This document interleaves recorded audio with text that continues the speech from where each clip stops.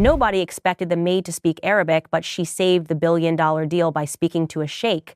The conference hall of the luxury hotel glittered under the light of towering chandeliers.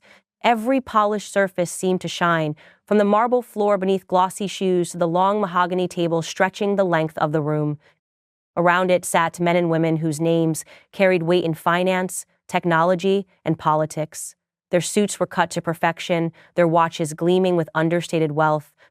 Stacks of documents lay neatly arranged in front of them, alongside bottles of imported water and glasses of champagne that no one dared touch in the moment's tension. At the head of the table sat the lead negotiators, their voices low but strained. Translators leaned close, whispering hurried words to bridge the gap between languages, but their faces betrayed the struggle. Every pause stretched longer than it should. Every translation fell short of the nuance intended. A billion-dollar deal was on the table, one that could reshape industries, and yet the air bristled with unease. A man in a navy suit tapped his pen against his papers, his irritation obvious. Across from him, one of the visiting partners adjusted his cuff with a frown, whispering in Arabic to his colleagues. The translators hesitated, fumbling for the right words, and the frown deepened into something closer to offense. Whispers turned into sharp tones. Chairs creaked as executives leaned forward, eyes narrowing, tempers simmering just beneath the surface. The deal that had taken months of careful planning now trembled on the edge of collapse. Through it all, nearly invisible, a young maid moved quietly along the edges of the room. She wore the crisp uniform of the hotel staff, black dress and white apron, her dark hair tied neatly back.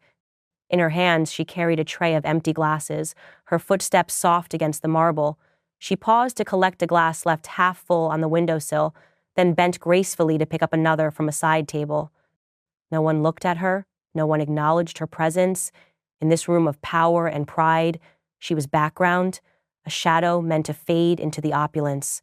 But she heard everything, every clipped remark, every mistranslated word, every sigh of frustration. As she passed behind the chairs of the executives, her sharp ears caught the subtle shifts in tone from the Arabic speakers, phrases that carried deeper meanings than the translators conveyed. She set the glasses on her tray with practiced composure, her eyes lowered, but inside her mind traced each word with familiarity. The hall's tension grew heavier by the minute. Voices rose, hands gestured sharply, and translators stumbled over themselves to keep pace.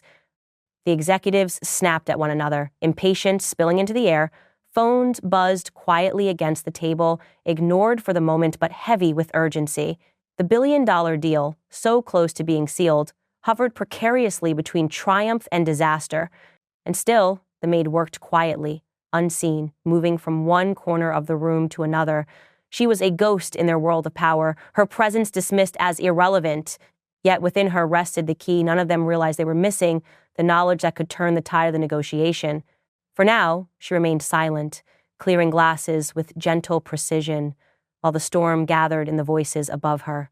The heavy oak doors to the conference hall closed with a muted thud, shutting out the noise of the bustling hotel beyond. Inside, the atmosphere was brittle, fragile as glass.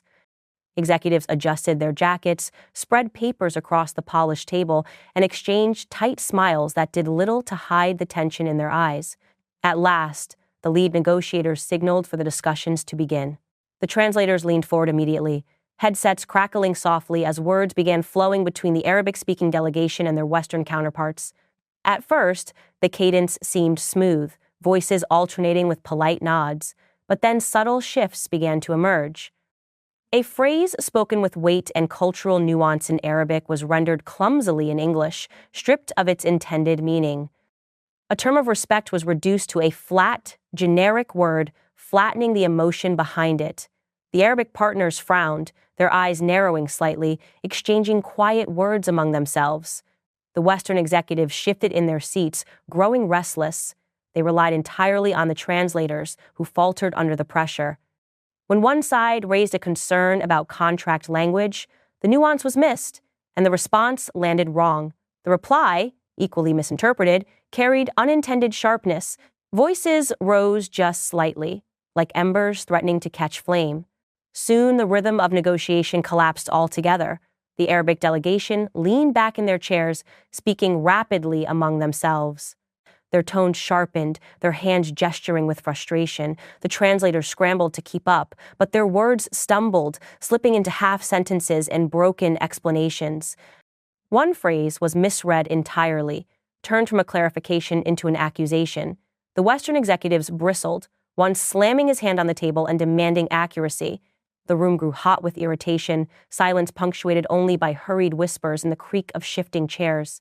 The maid in the corner moved silently with her tray of empty glasses, her head bowed, but her ears sharp. Every word in Arabic reached her clearly. She heard the subtle honorifics, the turns of phrase lost on the translators, the mounting frustration that no one else in the room seemed to grasp. Her hands trembled slightly as she set a glass on the tray, but she pressed her lips together and stayed silent, unseen in a hall that buzzed with voices louder than her own. The lead negotiator attempted to smooth the tension, but his words were drowned out by another mistranslation that cast suspicion instead of reassurance. One of the Arabic partners rose halfway from his seat, his voice tight with insult, his colleagues nodding gravely. The Western executives exchanged alarmed glances, realizing how close they were to watching the billion-dollar deal unravel completely. Phones vibrated against the wood, but no one moved to answer them. The focus remained on the heated exchange, spiraling out of control. What had begun as optimism in a luxurious hall now teetered dangerously close to collapse. The translators' voices cracked with strain. Executives barked questions that made little sense once filtered through broken phrases. And across the room, the Arabic partners prepared to walk away. The storm had broken, and only silence or something entirely unexpected could pull the pieces back together. The tension in the room had already begun to fray when the sound of a scoff cut through the chaos like a knife. One of the Western executives leaned back in his chair, frustration painted across his face. His eyes wandered from the heated table to the edges of the room, where the maid moved quietly with her tray. She set down another glass with careful precision, her head bowed, her hands steady despite the storm raging only feet away. The executive snorted, shaking his head with exaggerated disdain. "Maybe she should stick to cleaning," he said loudly, his words carrying easily over the frustrated voices of the translators. "This isn't something for her kind. This is real business." The remark landed with a thud, ugly and sharp, but before anyone could respond, laughter rippled through a handful of the guests. It was not the full, carefree laughter of joy, but the shallow, mean-spirited kind that comes when people seize the chance to mock someone they believe powerless. The sound spread unevenly across the room, bouncing off the crystal glasses and polished table until it filled the space with a cruel undercurrent. The maid did not lift her head.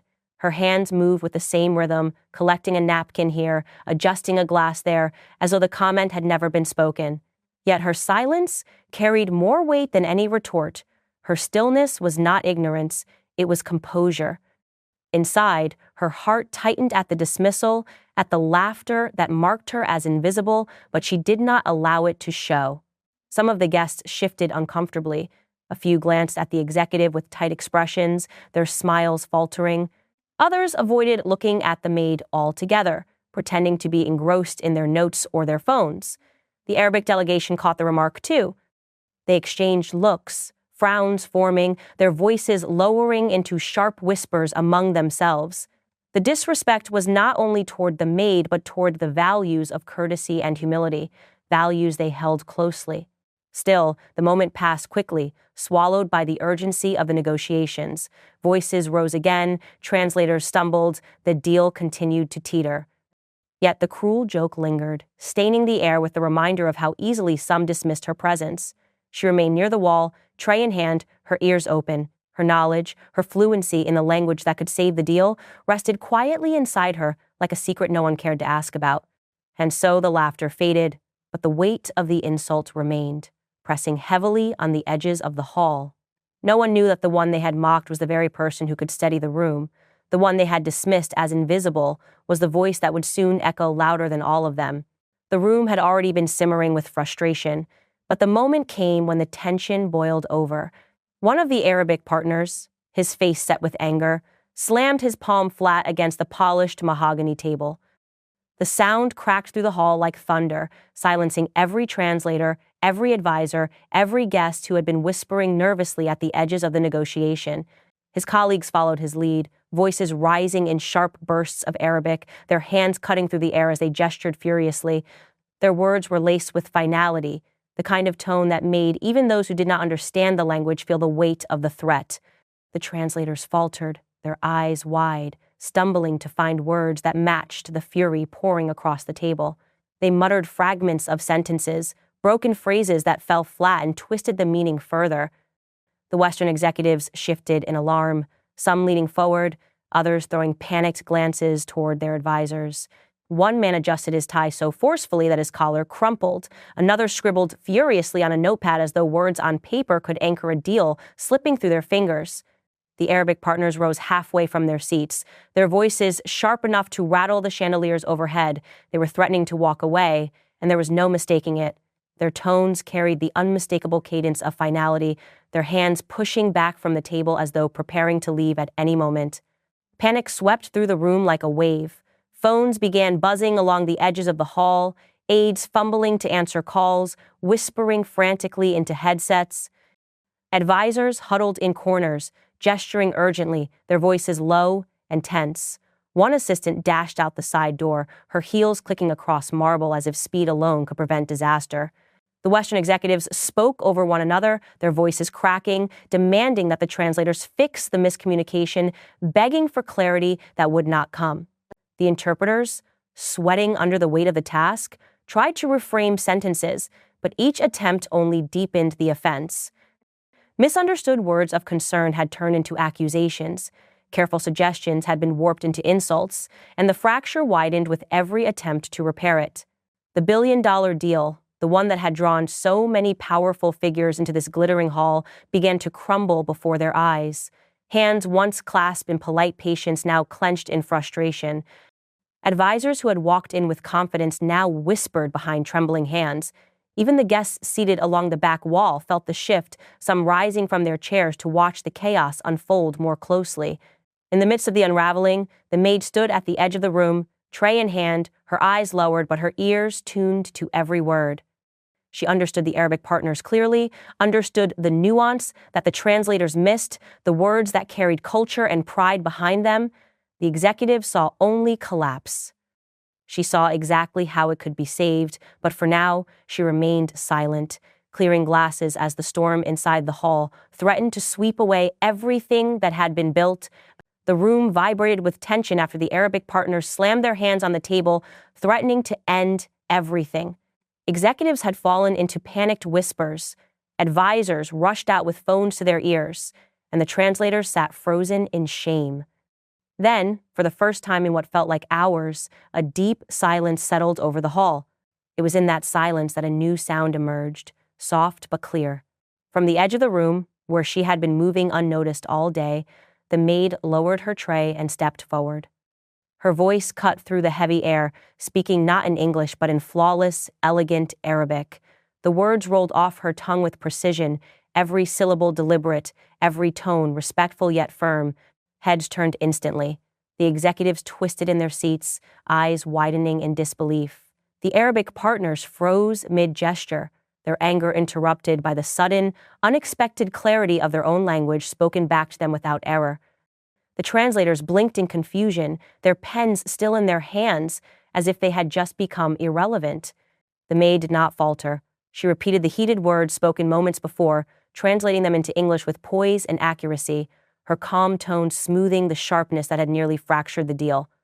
She explained that what had been perceived as an insult was in fact a cultural expression of frustration, not an intention to walk away.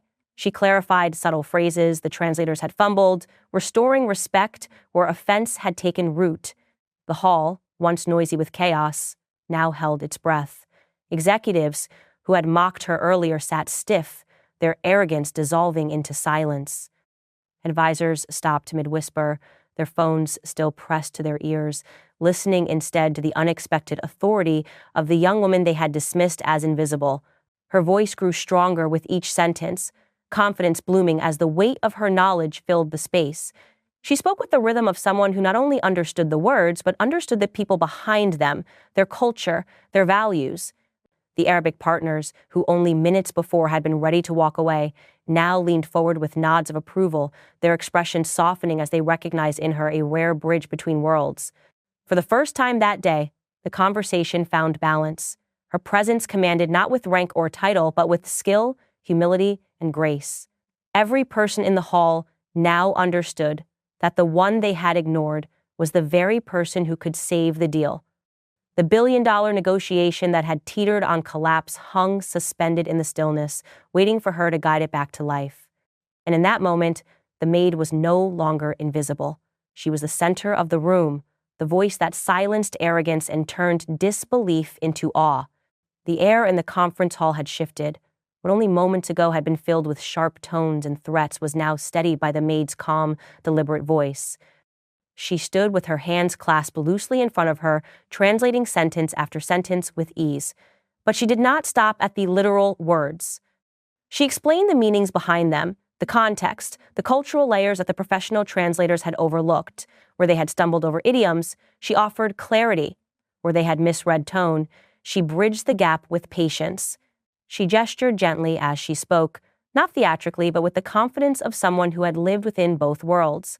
She explained that what sounded like accusations were in fact proverbs, expressions of frustration but not final decisions. She described how certain words carried honor in Arabic, words that had been stripped of dignity when flattened into English. She pointed out where pauses held more meaning than the sentences themselves.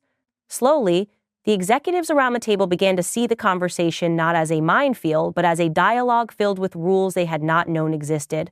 The Arabic partners, who had been leaning back in anger, began to lean forward again. Their hands softened on the table, their voices grew calmer, and nods of understanding replaced the frowns. They glanced at the maid not with dismissal but with respect, their eyes lighting with relief that at last someone had truly heard them. The tension that had threatened to send them storming out of the room began to dissolve, replaced by the possibility of reconciliation. The Western executives sat stunned, their pens hovering above paper, their mouths slightly open as they watched. It was not only her flawless command of the language that astonished them, but the authority she carried while doing it. The woman they had dismissed as background was suddenly the most important voice in the room.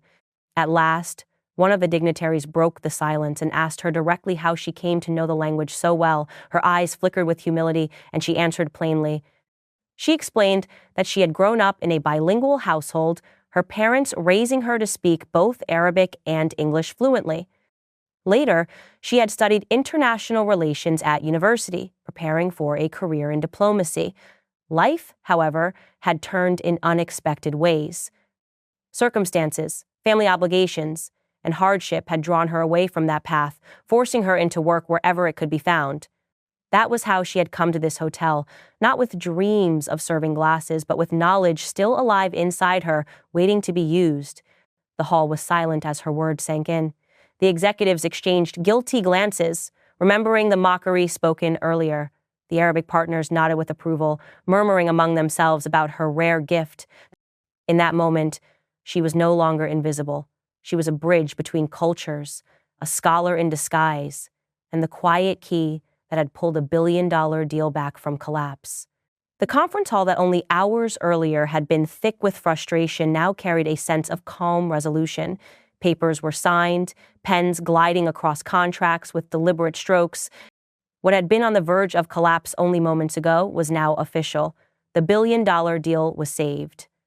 Executives leaned back in their chairs, some sighing in relief, others glancing across the table with newfound respect for their partners. Yet the real story was not written on the contracts. It was standing quietly by the wall, her uniform still neat, her tray of glasses long since set aside. The maid who had been dismissed as background noise was the reason the agreement had survived.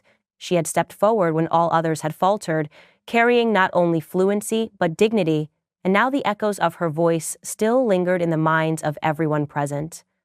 Some executives tried to compose themselves, straightening their jackets and avoiding her eyes, but their humiliation was evident. They had mocked her openly, laughed at her presence, and now they sat in silence, chastened by the truth that she had become the most important person in the room. Guests whispered among themselves, their voices low but filled with awe. They spoke of the moment she first broke the silence, of the flawless Arabic that had rolled from her tongue, of the way the atmosphere transformed in an instant. Already the story was being shaped into something larger than the deal itself. It was not just about contracts or profit anymore.